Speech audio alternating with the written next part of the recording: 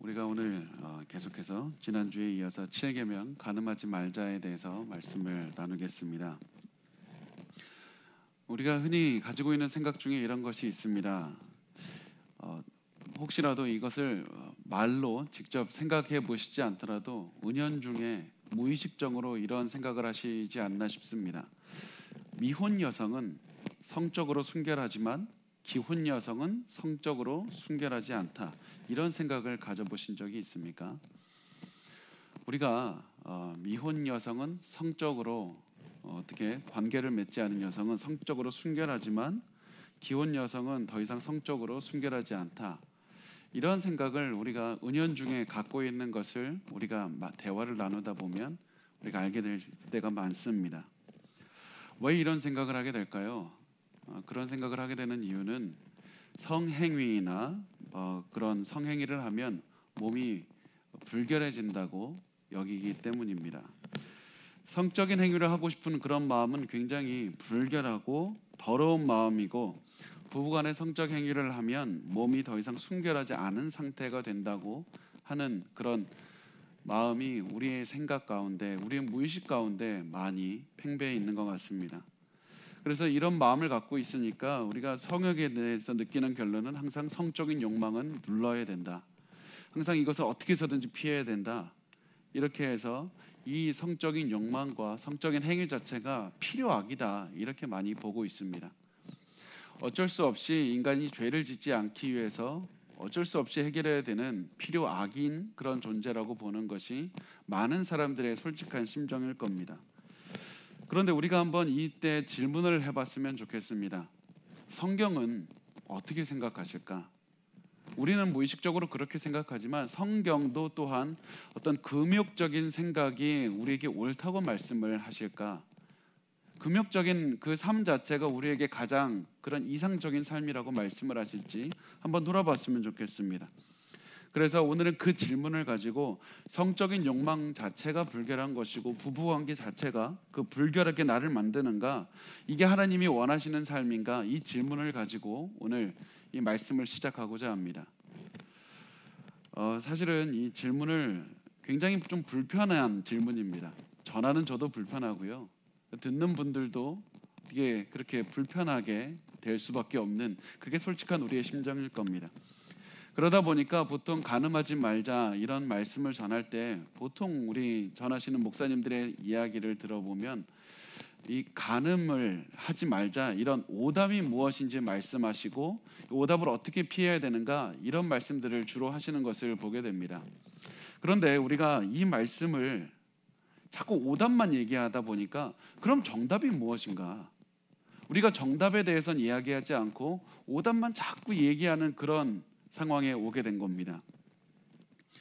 그래서 정답만 알면 오답은 자연스럽게 우리가 피하게 될 수 있을 텐데, 그렇다면 우리가 정답이 때로는 우리가 이 말을 하는 것이 불편하게 느껴질지라도 이 정답이 무엇인지를 먼저 확립하고 그 확립된 것 가운데에서 오답을 우리가 제외해 가는 것, 오답을 피하기 위해서 어떻게 살아가야 되는가, 그것을 우리가 오늘 그런 시간을 가져보려고 합니다. 자, 그래서 그 정답이 무엇인가 그것을 알기 위해서는 가장 먼저 우리가 그 정욕이 무엇인가, 이런 간음이 무엇인가 이것을 살펴보기 전에 가장 먼저 성경에서 제시하는 그런 정답에 대해서 나눠보겠습니다. 그 장소는 하나님께서 부부를 만드는 그 장소에서 시작을 하는 겁니다. 창세기 2장 18절 말씀을 우리 같이 읽어보겠습니다. 시작. 여호와 하나님이 이르시되 사람이 혼자 사는 것이 좋지 아니하니 내가 그를 위하여 돕는 배필을 지으리라 하시니라. 자, 하나님께서 아담이 혼자 있는 것을 보시고 돕는 배필을 만드시겠다고 말씀을 하셨습니다. 자, 여기서 우리가 몇 가지 결론을 우선 내릴 수가 있습니다. 하나님께서 남자 혼자 있는 것을 보시고 다른 동물들을 이 남자에게 주지 않으셨습니다. 동물들은 이 남자의 배필이 될 수가 없다는 뜻입니다. 또 아담의 돕는 배필로 다른 남자를 만들지도 않으셨고 또 여자의 돕는 배필로 여자를 만들지도 않으셨습니다. 한 남자의 돕는 배필로 한 여자를 만드신 것이었습니다.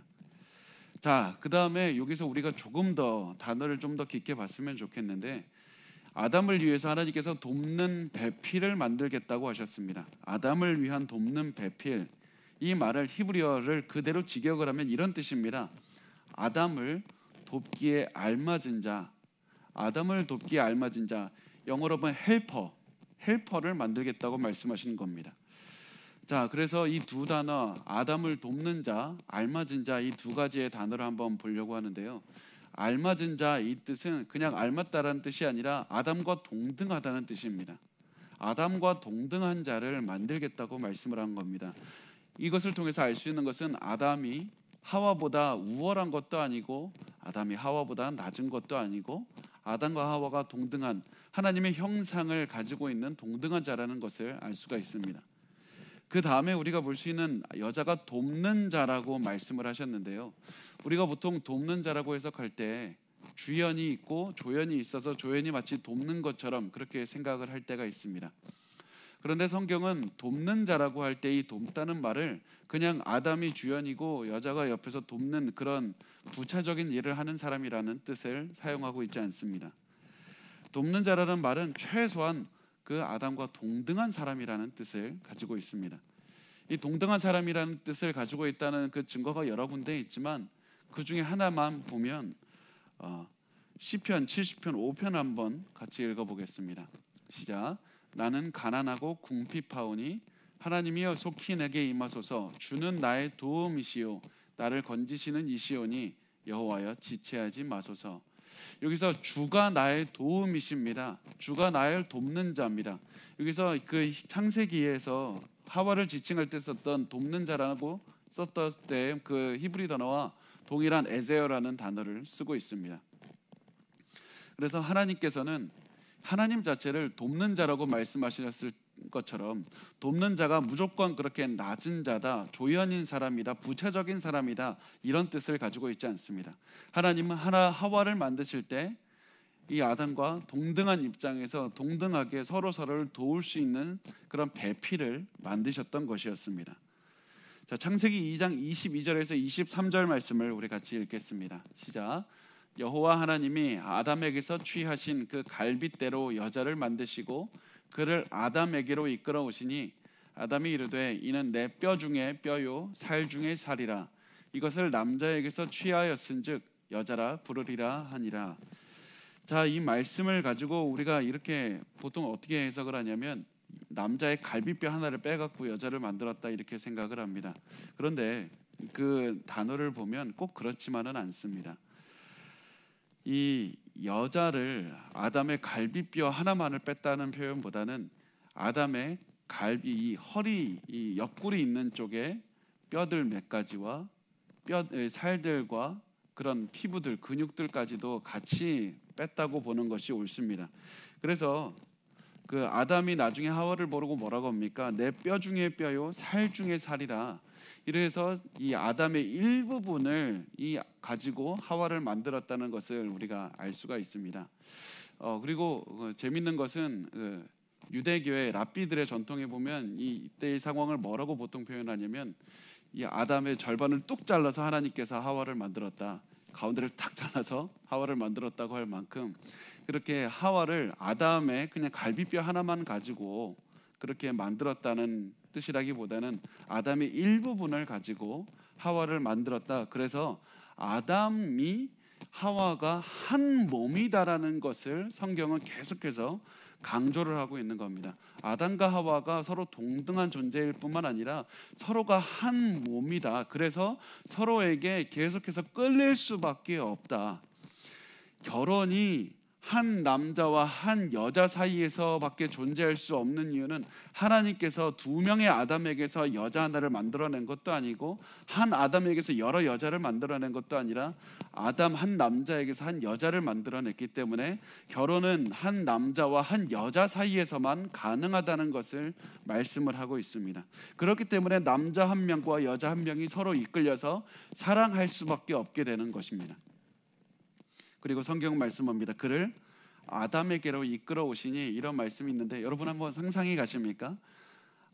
하나님께서 하와 여자를 만드신 다음에 마치 신부 입장 하시듯이 이 아담에게로 신랑에게로 여자를 데리고 오시는 겁니다. 부부가 성립이 된 겁니다.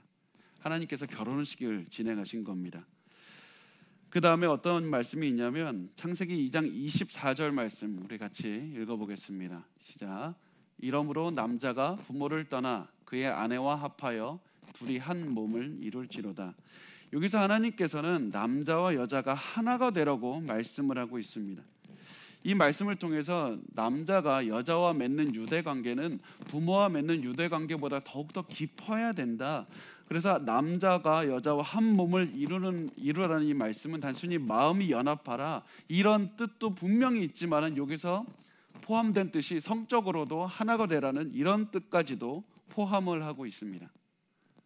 자, 우리가 여기서 잘 이해해야 됩니다. 제가 처음에 말씀을 전할 때 우리가 성적인 것은 굉장히 더러운 것이고 하나님께서 싫어하시는 것이고 우리는 이 모든 것을 다 없애고 성적인 것을 무조건 누르면서 살아가야 된다고 이렇게 보통 생각을 하고 있다고 말씀을 드렸는데 성경은 오히려 하나님께서 이 성적인 것을 명하셨다는 것을 우리가 깨달을 수가 있게 되는 겁니다.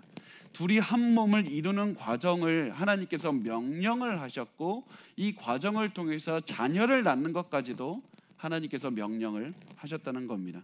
창세기 1장 28절 말씀을 우리 같이 읽겠습니다. 시작. 하나님이 그들에게 복을 주시며 하나님이 그들에게 이르시되 생육하고 번성하여 땅에 충만하라. 땅을 정복하라. 바다의 물고기와 하늘의 새와 땅에 움직이는 모든 생물을 다스리라 하시니라. 하나님께서 이 부부 관계를 통해서 자녀를 낳고 이 땅에 충만하라, 생육하고 번성하라 이런 말씀까지도 주셨던 겁니다. 계속해서 강조를 드리는 것은 아이를 낳는 것까지도 부부 관계를 통해서 아이를 낳는 것까지도 하나님께서 명령하신 겁니다. 하나님께서 명령하시는 것은 죄를 명령할 리가 없습니다. 하나님께서 명령하신 것은 인간에게 좋은 것이기 때문에 명령을 하신 것입니다. 그래서 하나님께서 이 관계를 통해서 아이까지 낳으라고 하셨는데 어떤 부분들은 제가 볼 때 어떤 부부까지 만나봤냐면 자녀를 낳기 위해서만 그런 부부가 연합하고 이런 가정이 있는데요. 하나님께서는 분명히 자녀를 낳는 것이 부부의 그런 관계를 통해서 낳는 것을 말씀을 하셨지만 아이를 낳는 것 자체만이 부부가 연합하는 것의 목적이 되어야 된다 이런 말씀을 하신 적이 없습니다. 아이를 낳는 것 굉장히 중요합니다. 그렇지만 아이를 낳는 것만이 부부의 목적이 아닌 것입니다. 자녀를 낳는 것은 하나님께서 부부의 틀 안에서 성적인 관계를 통해서 주시는 열매요 하나님의 선물일 거지 그것 자체가 목적이 될 때만이 이게 이 관계가 맺는 것이 합당하다 그렇게 생각하신다면 성경을 오해하고 계신 겁니다. 자, 우리가 지금까지의 말씀을 한번 정리를 해보면 하나님께서 성적인 관계를 지양해라 라고 말씀하신 것이 아니라 성적인 관계는 하나님께서 분명히 허락하셨다는 사실, 명령하셨다는 사실을 알 수 있습니다. 다만 그 명령이 부부라는 틀 안에서만 허락을 하시고 명령을 하신 겁니다. 그래서 하나님께서 이 성적인 관계를 명령하시고 허락하셨고 축복하셨는데 이 부부 관계 안에서뿐이고 그래서 이 부부라의 관계를 통해서 여기서 제가 한 걸음 더 나아가 보겠습니다. 자, 보면 하나님께서 성적인 관계를 허락하시고 명령하셨다는 것을 통해서 우리가 또 하나 유추할 수 있는 것이 무엇입니까? 무엇이냐면 하나님께서 그 성적인 관계 자체를 기뻐하고 즐거워하라는 것도 또한 포함이 된다는 사실입니다. 많은 분이요 이 성적인 부분에 대해서 금욕주의를 성경이 가르친다고 생각을 합니다. 성경은 단 한 번도 금욕주의를 가르친 적이 없습니다. 성경은 한 번도 하나님께서 명령하시면서 너 그것을 눌러라, 너 그것을 기뻐하면 즐거워하면 너 그거 죄 짓는 거다 이렇게 말씀하신 적이 없습니다. 성경은 금욕주의를 주신 것이 아니라 성적인 것을 주시면서 거기에 대한 기쁨까지도 허락을 하셨지만 그 기쁨을 다른 곳에 선을 넘어서 사용하지 말라는 것을 하나님께서 말씀하신 것이었습니다. 하나님께서는 성적인 관계 안에서 기쁨과 즐거움을 체험하라. 다만 이것을 부부 관계 안에서만 사용하고 이것을 넘는 것은 죄악이다라고 말씀하셨습니다. 마치 자유를 하나님께서 주시면서 이 자유를 너 마음껏 누려라, 마음껏 즐거워하면서 누려라. 그 대신에 그 자유라는 그것을 선을 넘어서면 방종이 돼서 안 좋은 것이 되듯이 성적인 것의 기쁨도 부부 안에서 즐기게 되고 기쁨을 누리게 되면 하나님께서 요구하신, 하나님께서 명령하신 좋은 것을 따르게 되는 것이지만 부부관계를 넘어서면 이것이 죄악이 된다는 사실입니다. 자, 우리가 이제 여기까지 오느라 수고 많으셨습니다. 여기까지 말씀을 드렸는데 여기서 한 걸음 더 나아가 보려고 합니다. 성경적인 성의식이란 그러면 도대체 구체적으로 무엇일까? 제가 한번 나눠보려고 합니다.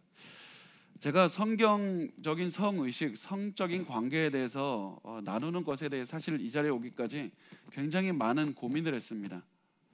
이걸 이렇게 전하는 것이 성도들이 불편할 텐데 내가 이렇게까지 꼭 전해야 되는 게 맞는가? 전하는 나도 그렇게 막 성적인 것을 말하는 것이 그렇게 자유롭지가 않은데 내가 이렇게 불편한 그런 주제를 다루는 것이 맞는가? 굳이 예배 시간에 다루어야 될까? 그런 고민을 많이 했습니다. 그런데 기도하면서 준비하는 중에 하나님께서 주시는 그런 깨달음이 무엇이었냐면 부부 사이의 관계에 대해서 이해하는 것은 너무나도 중요하다. 이것은 단순히 우리가 그냥 피하고 싶다고 해서 피하면 되는 문제가 아니라 우리가 반드시 알아야 되고 우리가 반드시 이해해야 되는 문제라는 사실을 하나님께서 깨닫게 해주셨습니다. 거기선 세 가지 이유가 있는데요. 첫 번째 이유가 무엇이냐면 성경이 성에 대해서 명령하고 있기 때문에 반드시 알아야 된다라는 사실을 우리가 반드시 기억했으면 좋겠습니다. 성경은 단순히 성에 대한 그런 관계를 좋은 것이다 추천하는 데 그치는 것이 아니라 명령하고 부부간의 의무라고까지 말씀을 하고 있습니다. 자, 고린도전서 7장 3절과 4절 말씀을 우리 같이 읽겠습니다. 시작. 남편은 그 아내에 대한 의무를 다하고 아내도 그 남편에 대해 그렇게 할지라. 아내는 자기 몸을 주장하지 못하고 오직 그 남편이 하며 남편도 그와 같이 자기 몸을 주장하지 못하고 오직 그 아내가 하나니. 여러분, 하나님께서 제가 굉장히 오늘 천천히 말씀을 드리고 있는데 우리가 잘 이해했으면 좋겠습니다. 정말 열심히 저도 준비했고 정말 조심스럽게 말씀을 드리고 있지만 그만큼 여러분도 이것을 잘 이해하셨으면 좋겠습니다. 하나님께서는 사람을 성적인 존재로 만드셨습니다. 하나님께서는 사람을 성적인 존재로 만드셨고 부부간의 연합을 통해서 결속을 하게 하셨습니다. 이게 사람의 뜻이 아니라 인간의 죄 때문에 생기는 것이 아니라 하나님의 명령이라는 사실을 기억하셨으면 좋겠습니다. 우리가 만약에 성경 전체를 하나님의 명령이고 하나님의 말씀이라고 생각해서 우리가 이 말씀을 따라야 된다면 그 말씀 가운데 있는 우리가 방금 읽은 그 말씀까지도 이 하나님의 명령으로 받아들이고 우리가 순종해야 된다는 사실을 기억하셨으면 좋겠습니다. 하나님께서는 그 부부간의 관계를 하나님께서 반드시 명령하셨고 반드시 부부라는 틀 안에서만 이렇게 하도록 허락하셨습니다. 그렇다면 우리가 한번 질문을 해봤으면 좋겠습니다. 왜 굳이 하나님께서는 이 부부간의 관계를 명령하셨을까? 왜 굳이 명령까지 하셨을까? 단순히 그냥 아이를 낳기 위한 목적이 아니라면 그 도대체 무엇인가 더 있는가? 보면 제가 굉장히 존경하는 팀 켈러 목사님이 이런 말씀을 하셨습니다. 이 성관계를 시멘트에 비유를 하셨는데요. 부부가 이것을 통해서 결혼을 더욱더 단단하게 만들 수 있다는 겁니다. 더욱더 단단하게 만들 수 있다고 말씀을 하셨고 또 제가 굉장히 좋아하는 그 라이큰이라는 신학자가 이렇게 얘기를 합니다. 결혼에 대한 그 성관계를 초강력 접착제다. 접착제라서 이것을 통해서 부부가 굉장히 하나로 연합을 하게 할 수 있다. 다만 이 접착제를 잘못된 시간에 잘못된 장소에서 잘못 쓰면 그 전체가 다 망쳐버리듯이 이 엉망진창이 되듯이 이 접착제를 잘 써야 된다 이렇게 얘기를 하고 있습니다. 그래서 이것이 잘못 써지는 간음이 잘못된 것이라는 사실을 우리가 알 수가 있게 되는 겁니다. 자, 우리가 성경적인 성의식이 중요한 그 두 번째 이유를 우리가 생각을 해보면 이 성관계를 통해서 하나님과 하나님의 백성의 관계를 성경이 말씀하고 있기 때문입니다. 단순히 그냥 인간 간의 즐기라 이런 뜻이 아니라 이것을 통해서 이렇게 친밀해진 관계를 통해서 하나님과 하나님의 백성이 얼마나 가까운지 이것을 보여주는 모델로 삼고 있기 때문에 하나님께서는 이것을 명령하신 것이었습니다. 남편과 아내의 그런 밀접한 그런 부부 관계는 하나님과 하나님 백성 가운데 누리는 그 관계를 뜻하고 있습니다. 그래서 여러분 잘 생각해 보셨으면 좋겠습니다. 우리가 많이 성경에서 읽으면서도 그냥 너무나도 많이 읽었기 때문에 넘어가는 그 말씀이 무엇이냐면 하나님께서 이스라엘 백성들이 우상 숭배를 했을 때 야, 너 간음했다. 야, 너 간음했다. 너 나를 배신했고 결혼 관계에서 배신해서 너 간통을 저질렀다라고 표현을 하고 있다는 사실입니다. 우리가 거기에 대해서 잘 생각해 보셨으면 좋겠습니다. 자, 우리가 말라기서 2장 11절 말씀을 우리 같이 한번 읽어보겠습니다. 시작. 유다는 거짓을 행하였고 이스라엘과 예루살렘 중에서는 가증한 일을 행하였으며 유다는 여호와께서 사랑하시는 그 성결을 욕되게 하여 이방신의 딸과 결혼하였으니, 이러면서 말라기서 2장에서 계속해서 너 간통했다, 너 나를 버리고 떠났다, 너 이렇게 해서 우상 숭배를 하는 것이 하나님과의 결혼의 관계, 밀접한 관계를 떠나서 너 간음한 거다라고 표현을 하고 계시는 겁니다. 자, 보면 하나님께서 야, 너 나를 떠났다라고 말씀하실 때 너 우상 숭배라는 것을 야, 너 나한테 사기쳤다 이렇게 표현할 수도 있었고요. 야, 너 나한테 정말 거짓말했다, 잘못했다, 그냥 이렇게만 표현하실 수도 있었습니다. 그런데 하나님께서는 굳이 너 간통한 거야, 너 바람핀 거야, 이렇게 말씀을 하고 있다는 사실입니다. 그래서 부부 관계를 통해서 하나님과 백성의 관계를 계속해서 이 긴밀한 관계라는 사실을 보여주고 있는 겁니다. 이것이 단순히 구약에만 등장하는 말씀이 아니라 신약에서도 등장을 하고 있습니다. 그리스도와 교회와의 관계를, 이 부부의 관계를 통해서 설명을 하고 있습니다. 에베소서 5장 28절에서 32절까지의 말씀을 우리 같이 읽어보겠습니다. 시작. 이와 같이 남편들도 자기 아내 사랑하기를 자기 자신과 같이 할지니 자기 아내를 사랑하는 자는 자기를 사랑하는 것이라. 누구든지 언제나 자기 육체를 미워하지 않고 오직 양육하여 보호하기를 그리스도께서 교회에게 함과 같이 하나니 우리는 그 몸의 지체임이라. 그러므로 사람이 부모를 떠나 그의 아내와 합하여 그 둘이 한 육체가 될지니 이 비밀이 크도다. 나는 그리스도와 교회에 대하여 말하노라. 이 말씀에서 바울이 지금 얘기하는 게 뭡니까? 남편과 아내와의 관계를, 그리스도와 교회와의 관계를 계속해서 비교하면서 설명을 하고 있습니다. 이 비교의 정점에 무엇이 있냐면 예수 그리스도의 몸이 바로 교회다. 예수 그리스도와 교회가 그렇게 밀접한 관계를 가지고 있다. 그러면서 교회와 그리스도가 한 몸인 것처럼 부부도 한 몸이다. 여러분 너무 놀랍지 않습니까? 부부가 한 몸인 것처럼 그리스도와 교회도 한 몸이다. 그러면서 계속해서 여러분 바울이 다른 말씀을 언급할 수 있었음에도 불구하고 굳이 이 말씀을 창세기에서 하나님께서 이 명령하신 둘의 한 육체가 되라, 이 말씀을 굳이 하시면서 그리스도와 교회와의 관계를 설명하고 있는 겁니다. 그래서 성경은 계속해서 부부의 관계를 통해서 하나님과 하나님의 백성의 관계를 보여주신다. 그래서 부부와의 관계를 그런 배신하고 간음하고 잘못을 행하는 것은 하나님과의 그 관계에서도 잘못 행하는 것이다. 계속해서 보여주고 있는 겁니다. 부부와의 관계에서 간음하는 것은 하나님께 그래서 죄를 짓게 되는 것이다. 교회의 죄를 짓게 되는 것이다. 그래서 부부와의 관계는 단순히 우리가 육체적으로 중요하고 정신적으로 중요할 뿐 아니라 영적으로도 굉장히 중요한 문제라는 사실을 우리가 기억하셨으면 좋겠습니다. 그래서 우리가 반드시 이해해야 될 것은 계속해서 말씀드리지만 하나님께서 성을 주셨고 부부간의 관계에서 기쁨을 누리게 하셨습니다. 그 교회와 예수 그리스도의 관계가 마치 부부간의 관계처럼 있다는 것은 예수 그리스도께서 교회를 사랑하시는 것처럼, 그리고 남편과 아내가 서로 사랑해야 되고 부부가 연합하는 것에 대한 즐거움과 기쁨이 있어야 된다. 성경은 성을 단 한 번도 악하게 묘사하지 않습니다. 다만 부부간의 관계를 넘어서는 것을 이것을 악이라고, 죄라고 말씀하실 뿐입니다. 이것이 바로 우리가 성경적인 성의식에 대해서 올바로 정립해야 되는 두 번째 이유입니다.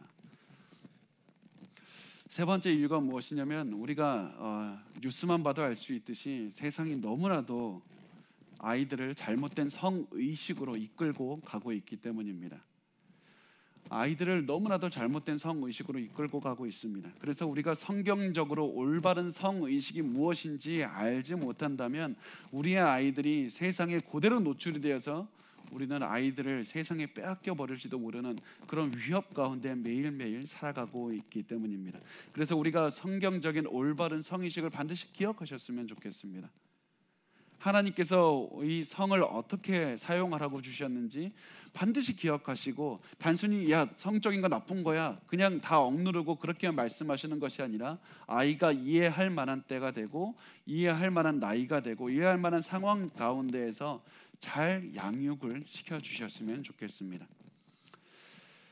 자, 여기서 우리가 지금까지 말씀을 정리하면 부부 사이의 성은 굉장히 중요하고 그리스도와 교회 사이에서도 중요합니다. 그래서 간음죄를 저지르면 배우자에게도 죄를 저지르는 것뿐만이 아니라 하나님께로 죄를 짓는 것입니다. 그래서 부부 사이의 관계를 굉장히 소중하게 여기라, 굉장히 소중하게 여기라, 이렇게 말씀을 합니다.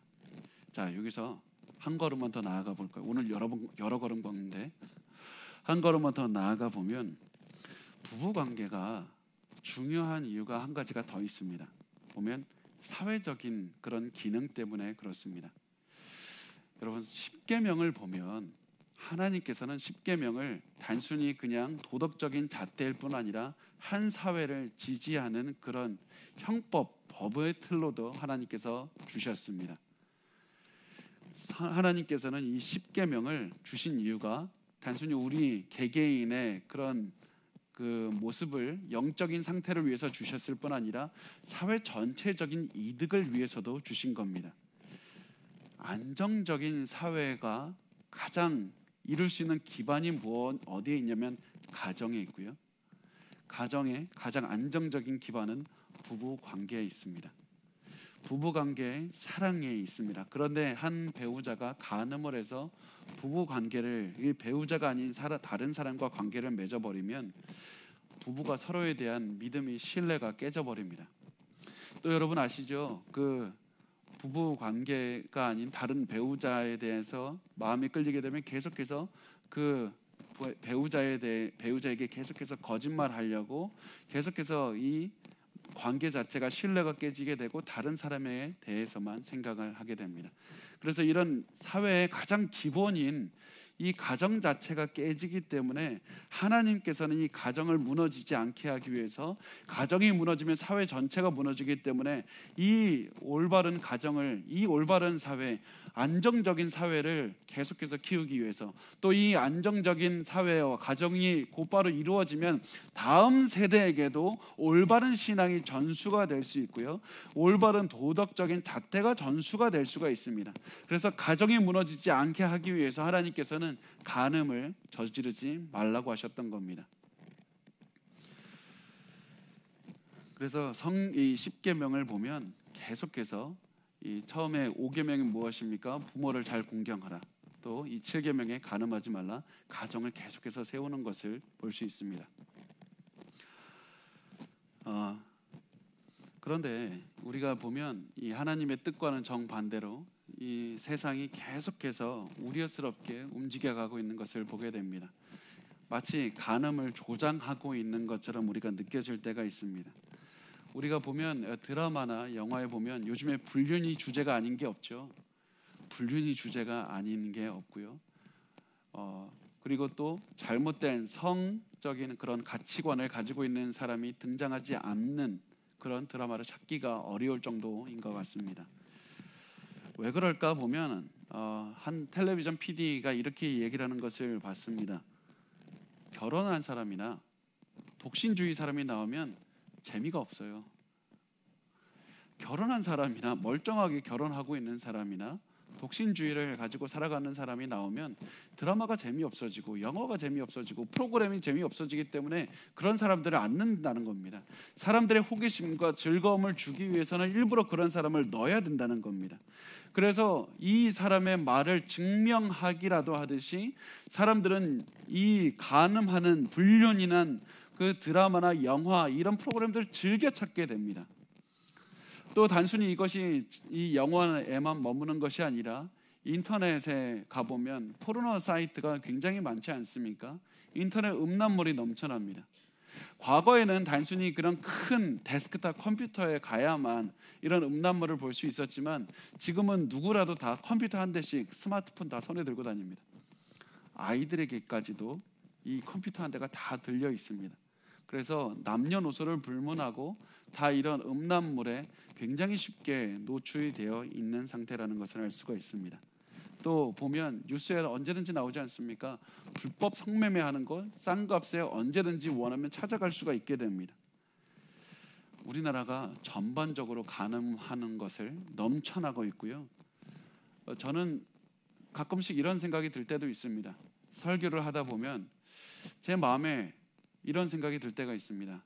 혹시 이 와중에서도 이 성도들 가운데에서 너무나도 거룩한 모습을 하고 있지만 바로 전날 주일하기 바로 전 토요일에 술을 마시고 아니면 그런 음란한 동영상을 보고 오신 분은 없을까? 음란한 웹사이트를 가서 이렇게 보고 이렇게 오신 분은 없을까? 그런 생각이 들 때까지가 있습니다.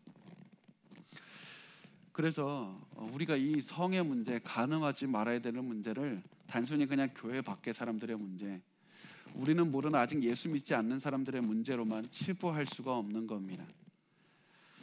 이 성의 문제는 바로 마귀가 이 시대를 공격하는 굉장히 중요한 수단이기 때문에 우리가 계속해서 성을 어떻게 잘 지켜나갈지, 이 간음의 문제를 어떻게 잘 이겨낼지를 계속해서 고민을 해야 됩니다.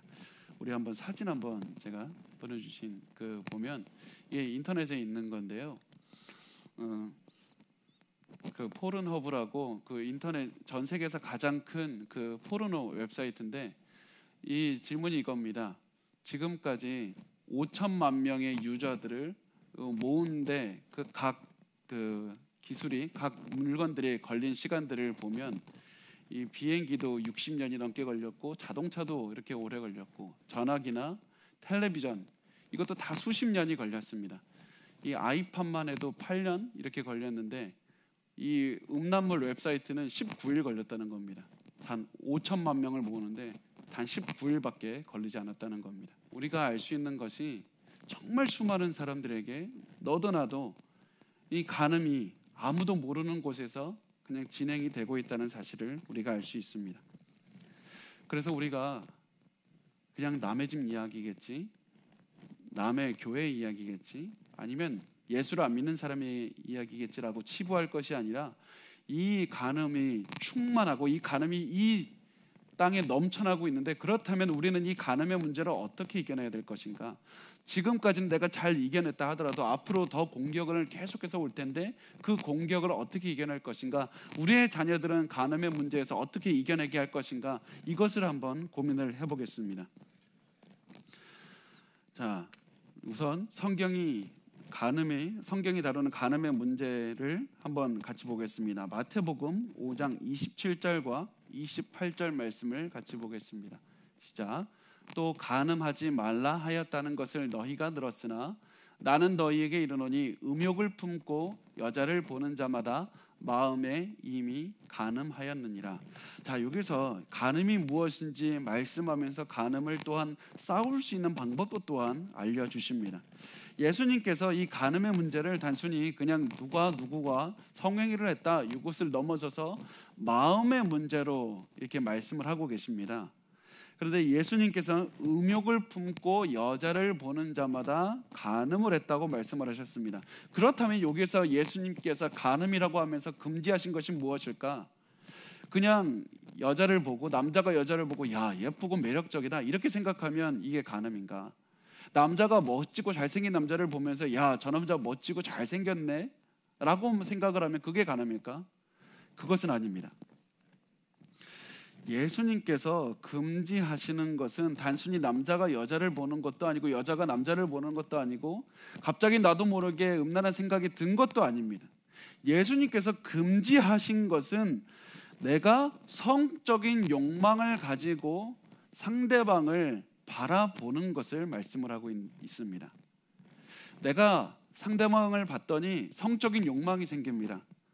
그때 내가 돌이킬 수 있을 때 내가 안 볼 수 있었고, 내가 그 사람에 대해서 안 좋은 생각을 안 할 수도 있었고, 음란한 생각을 안 할 수도 있는 의지가 있었지만, 그럼에도 불구하고 내가 그것을 그대로 내버려 두고 상대방을 바라보면서 음란한 눈으로 바라보고 음란한 생각을 하고 머리로 상상으로 음란한 생각을 계속해서 그 사람을 가지고 한다면 그것이 바로 예수께서 금지하신 간음이라는 사실입니다.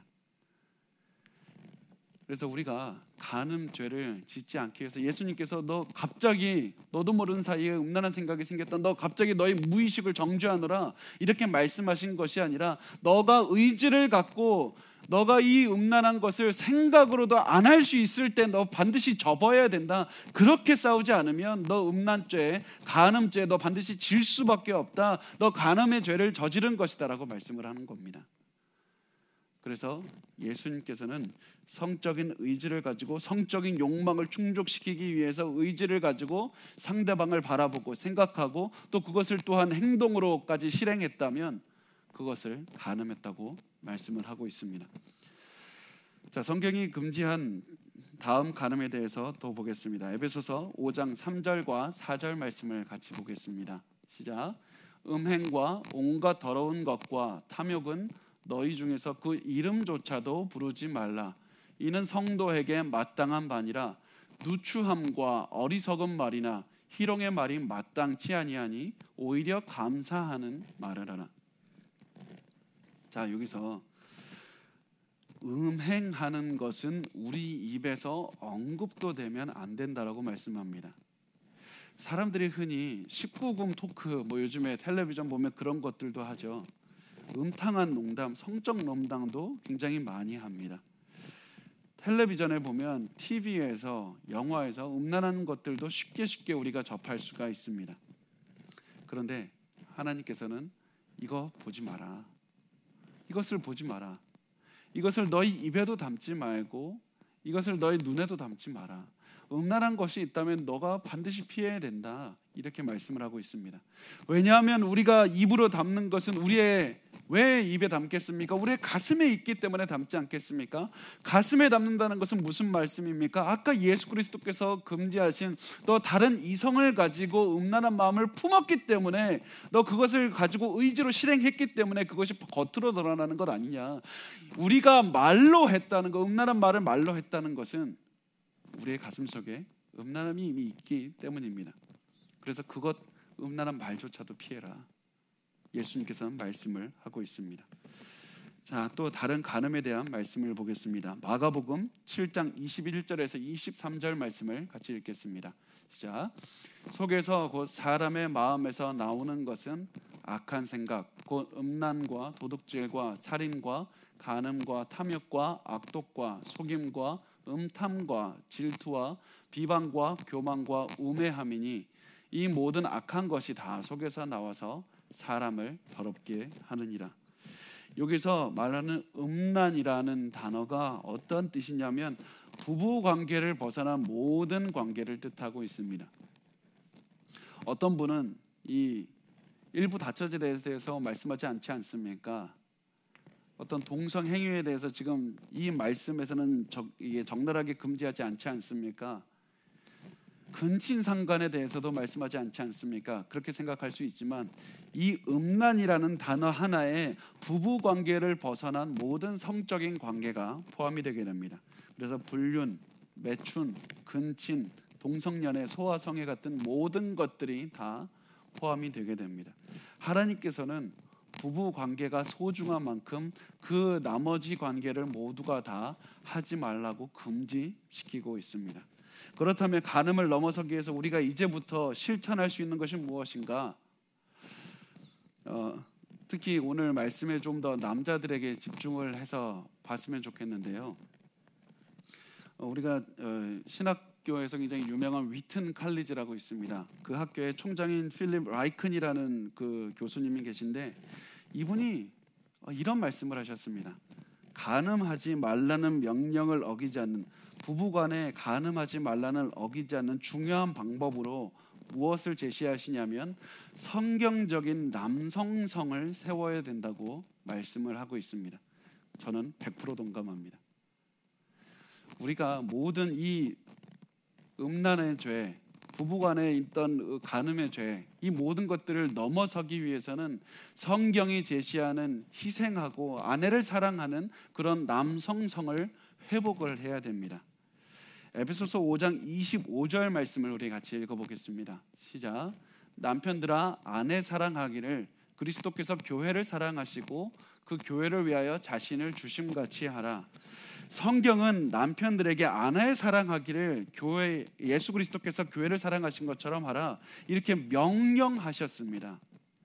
단순히 살인하지 말라만 명령이 아니라 이 아내 사랑하기를 예수 그리스도께서 교회를 사랑하는 것처럼 하라, 이것도 명령인 겁니다. 많은 분들이 이렇게 여러 가지 많은 죄를 회개하지만 참 찾기 힘든 것이 내가 아내 사랑하기를 이렇게 예수님처럼 사랑하지 않았습니다. 이것을 회개하는 분은 많이 보지를 못했습니다. 또 어떤 분들은 이렇게 얘기를 합니다. 나는 다른 여자와 불륜을 저질러 본 적도 없고 나는 다른 여자를 음란한 눈으로 쳐다본 적도 없습니다.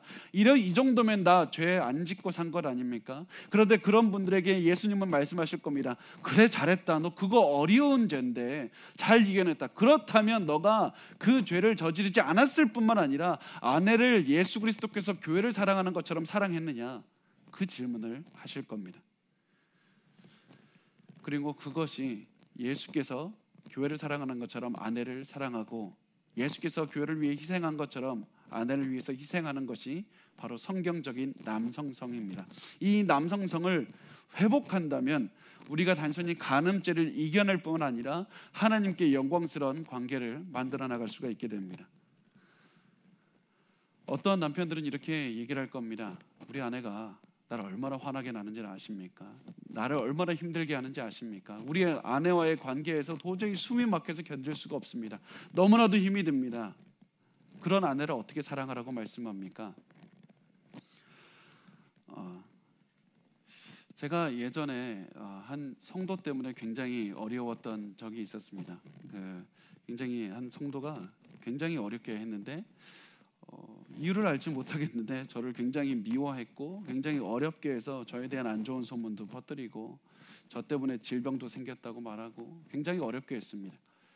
그때 제 마음이 참 납득을 하지 못하겠더라고요. 처음엔 저도 이해하려고 하는데 도저히 마음이 너무 어려워지는 것을 제가 많이 느꼈습니다.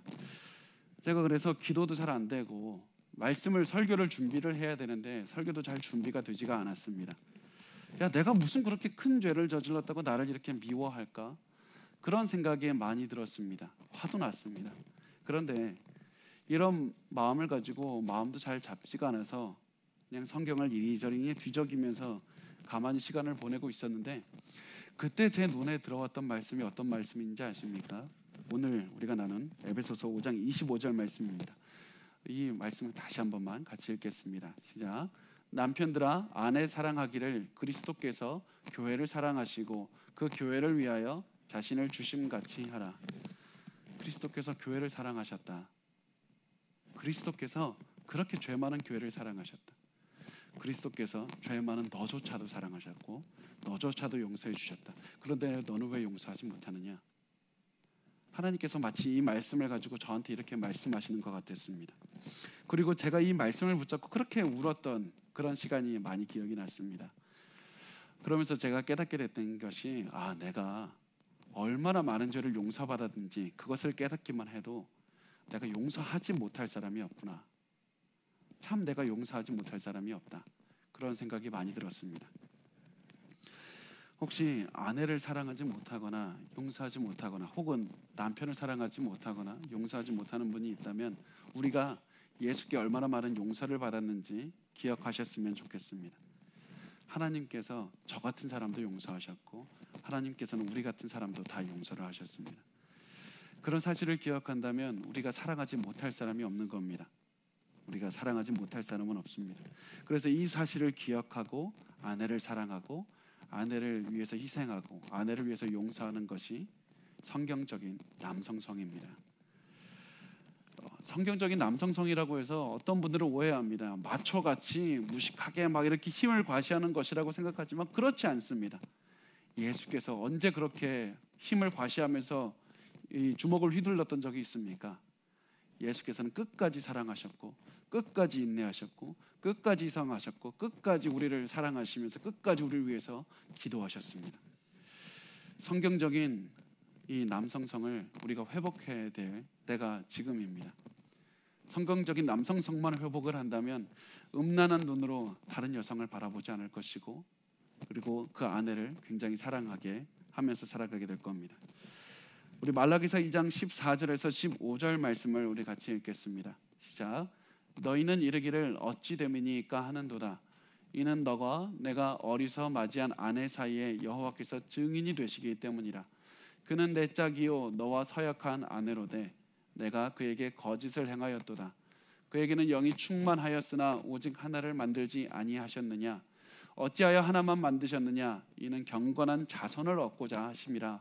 그러므로 내 심령을 삼가 지켜 어려서 맞이한 아내에게 거짓을 행하지 말지니라. 이것을 모든 남자들이 다 가슴에 품고 살았으면 좋겠습니다. 어려서부터 나를 위해서 사랑하고 나와 함께한 그 아내를 사랑하는 마음을 계속해서 가졌으면 좋겠습니다. 이 마음을 유지하고 가정을 지키고 가정을 위해서 무릎을 꿇어서 기도하고 가정을 잘 이끌고 가정을 위해서 헌신하고 가정을 위해서 희생하고 아내를 사랑하고 그래서 자녀들을 만들어내고 자녀와 함께 한 가정을 잘 이끌면서 살아가는 것이 바로 성경적인 남성성이고 그 성경적인 남성성이 어느 때보다도 지금 이 시기에 필요한다고 저는 확신하고 있습니다. 이 시대에 너무나도 많은 것들이 무너진 이유가 무엇이냐면 성경적인 남성성이 무너져서 그렇습니다. 성경적인 남성성을 회복했으면 좋겠습니다. 우리가 이렇게 말씀을 전했지만 우리가 아무리 이렇게 노력해도 간음의 죄를 지을 때가 올 것이고 단순히 우리가 행위를 하지 않아서 뿐만 아니라 우리의 마음으로도 실수로도 우리가 간음의 죄를 지을 때가 올 수 있습니다. 그때가 된다면 우리가 반드시 우리의 모든 죄를 용서하시고 우리를 사해 주시고 우리를 위해서 죽으신 예수 그리스도께 회개하고 돌아왔으면 좋겠습니다. 성경적인 남성성은 단순히 잘못을 저지르지 않는 것이 아니라 잘못을 저질렀어도 죄를 안 진 채 하는 것이 아니라 하나님께 돌아와서 자신의 잘못을 용서하고 용서를 구하고 회개하는 그런 사람이기 때문입니다. 그렇게 매일매일 죄로부터 멀어지고 아내를 사랑하는 그런 남성성을 회복했으면 좋겠습니다. 그렇게 할 때 우리가 육체적으로 간음하지 않을 뿐 아니라 하나님께로 더욱더 나아갈 수 있는 그런 거룩한 삶을 살 수가 있을 겁니다. 우리 마지막으로 이 말씀 한 번만 읽고 우리 말씀을 마치겠습니다. 데살로니가전서 4장 3절에서 8절 말씀을 같이 읽겠습니다. 시작. 하나님의 뜻은 이것이니 너희의 거룩함이라 곧 음란을 버리고 각각 거룩함과 존귀함으로 자기의 아내 대할 줄을 알고 하나님을 모르는 이방인과 같이 세욕을 따르지 말고 이 일에 분수를 넘어서 형제를 해하지 말라. 이는 우리가 너희에게 미리 말하고 증언한 것과 같이 이 모든 일에 주께서 신원하여 주심이라. 하나님이 우리를 부르심은 부정하게 하심이 아니요 거룩하게 하심이니 그러므로 저버리는 자는 사람을 저버림이 아니요 너희에게 그의 성령을 주신 하나님을 저버림이니라. 아멘.